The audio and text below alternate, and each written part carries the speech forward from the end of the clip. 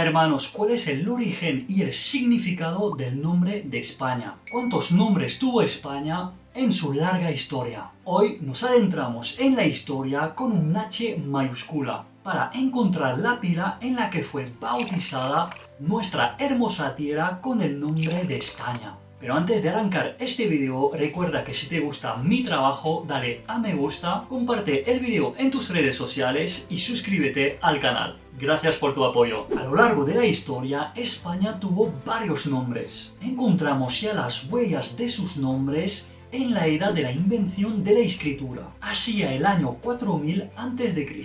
Antes de la invención de la escritura, las grandes civilizaciones como la Mesopotamia, la Egipta y otras, con total certeza daban nombres a España, pero se perdieron para siempre en los meandros de la historia. Los primeros que bautizaron nuestros territorios con escritos que llegaron hasta nosotros fueron los griegos, con el nombre de Hesperia, que significa en griego antiguo tierras de occidente. En su mitología, las Hespérides eran unas ninfas que cuidaban un maravilloso jardín en el que había árboles que daban frutos de oro. Esta tierra lejana se situaba cerca de la cordillera del Atlas, en el norte de África, y bordada por el Gran Océano. Otro nombre que daban los griegos a la península ibérica fue Ophiusa, que significa tierra de serpientes. Encontramos ese nombre en la obra Hora Marítima del escritor antiguo Rufus Avienus Festus. El origen del nombre proviene de las invasiones celtas que masacraron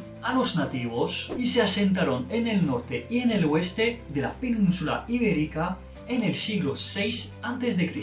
Renombraron esa tierra Ophiusa, país de las serpientes, porque el animal totémico de esa tribu era la serpiente. Las Sagradas Escrituras también mencionan a España, y como católico es un honor, porque no hay tantos países en la actualidad que pueden presumir ser mencionado por la Biblia. A diferencia de otros países que pretenden tener un destino manifiesto, pero que son ignorados por completo por las Sagradas Escrituras. El Antiguo Testamento llama a España Tarsis, que viene de la palabra Tartesos. Era el nombre de una gran civilización situada en el suroeste de la península ibérica. Este pueblo rico, ubicado más allá de las columnas de Hércules, comerciaban con los griegos y los fenicios, y dio lugar al mito de la Atlántida. El Antiguo Testamento hace mención de estas riquezas en 1 de Reyes 10:22, en Isaías 60:9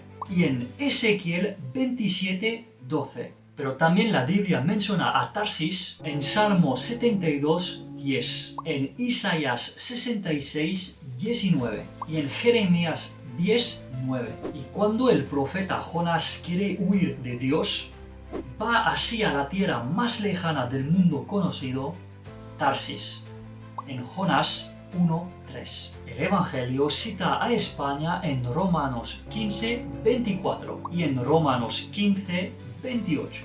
Los historiadores afirman que el apóstol San Pablo pudo viajar hasta España, concretamente en la ciudad de Tarasco, hoy Tarragona, antes de regresar a Roma, donde fue decapitado por Nerón en el año 67 después de Cristo. Luego los griegos llamaron a España Iberia. Al principio, Iberia solo denominaba la región de la actual Huelva, y con el paso del tiempo, Iberia será el nombre utilizado para nombrar a toda la península ibérica hasta hoy. El origen del nombre Iberia viene de un río que los griegos bautizaron Iberus. Probablemente ese río es el río Tinto o el río Odiel, según las fuentes que encontramos en el libro tercero de la geografía del historiador y geógrafo Estrabón.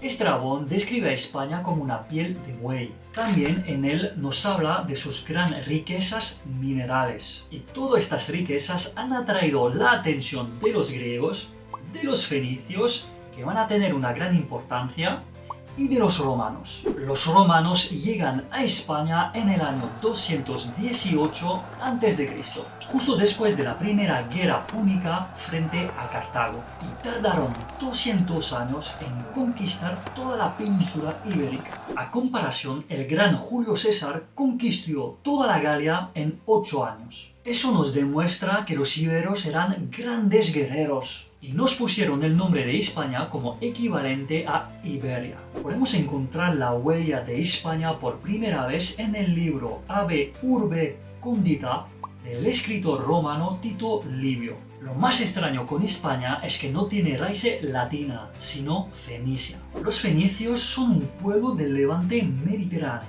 lo que hoy es el Líbano y parte de Siria. Fundaron varias colonias en la costa de todo el Mediterráneo en busca de recursos. La más famosa de ellas es Cartago, pero también fundaron Palermo o Málaga.